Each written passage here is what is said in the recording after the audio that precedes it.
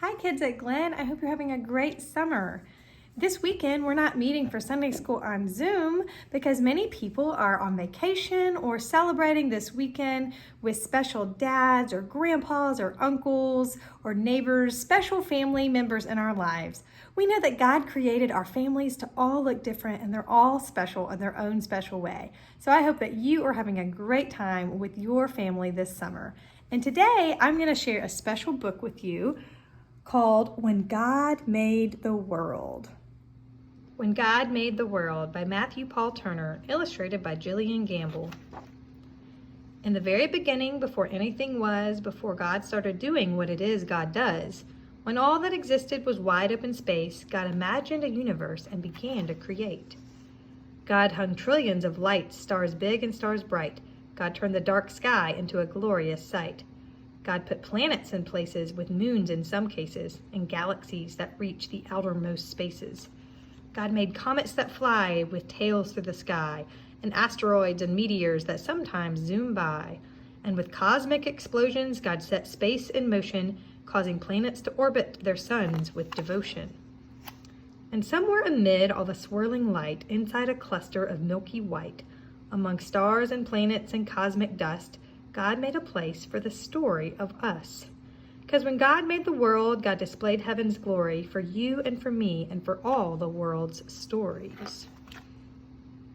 Our planet God made a blue and green sphere and designed it to orbit the sun once a year. God made daytime and nighttime, climates and seasons, and all kinds of weather that varies by region. God made continents and oceans, islands and seas, a north and south pole that God put in deep freeze. God carved rivers and brooks, mountains and caves, made beaches with sand and huge crashing waves. God made tropics and plateaus, glaciers and meadows, marshes and tundras and erupting volcanoes. God made some places high with peaks in the sky and places where snowflakes still fall in July. And in quite a few spots, God made it so hot, should you visit, just know that you must drink a lot. God made valleys so low and geysers that blow, and under Earth's surface, God put well springs that flow. Then, with gardens and forests and other things green, God made Earth come to life using soil and seed. God made cypress and pines, bushes and vines, all kinds of trees with leaves God designed. Plants full of flavor like basil and thyme, and trees that grow citrus like grapefruit and lime. God made flowering plants and plants that enchant, while most you can touch, God made some that you can't. Roses, be warned, are prickly with thorns, and there's an African melon God covered in horns. And poison ivy's backlash, giving you a rash. Wherever it touches, you'll itch and you'll scratch. But don't let that stop you. Run barefoot through grass, pick a flower or two, or a bouquet perhaps. Find a tree you can climb, or with a seat and some twine, build your very own swing on a backyard zip line. And when you eat grapes, or pour syrup on crepes, or into a forest you go to escape, give thanks to God for all that God made, for the fruit and the syrup, for the trees and the shade. Because when God made the world, God did all that God could to create every detail for our joy and our good.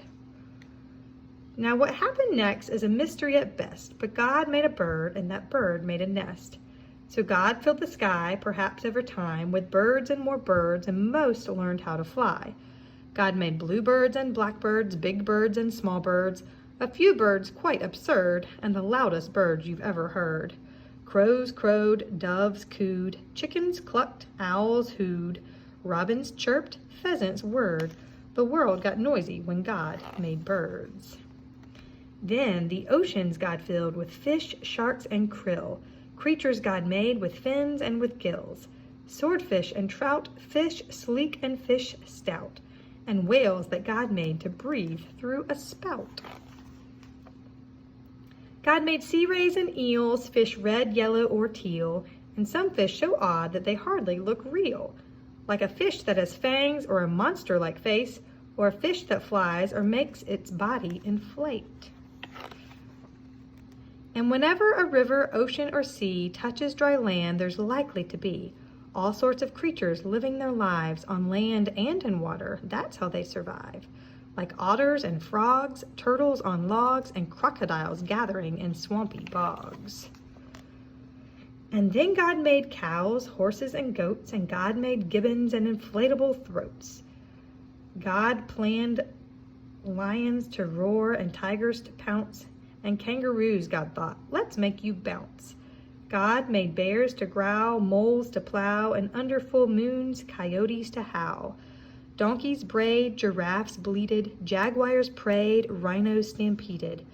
Bunnies hopped, beavers chopped, and in muddy pools, hippos plopped. Yes, all living creatures from whales to snails, from those covered with feathers to those covered with scales. Each God designed with a home in mind to develop and evolve if needed over time. 'Cause when God made the world, every creature on earth became a part of life's circle, having value and worth. And God made people like you and me, people with souls, people with stories, a global family tree. God made us all flesh and bone, covered in skin, and made all our bodies to have hearts beating within.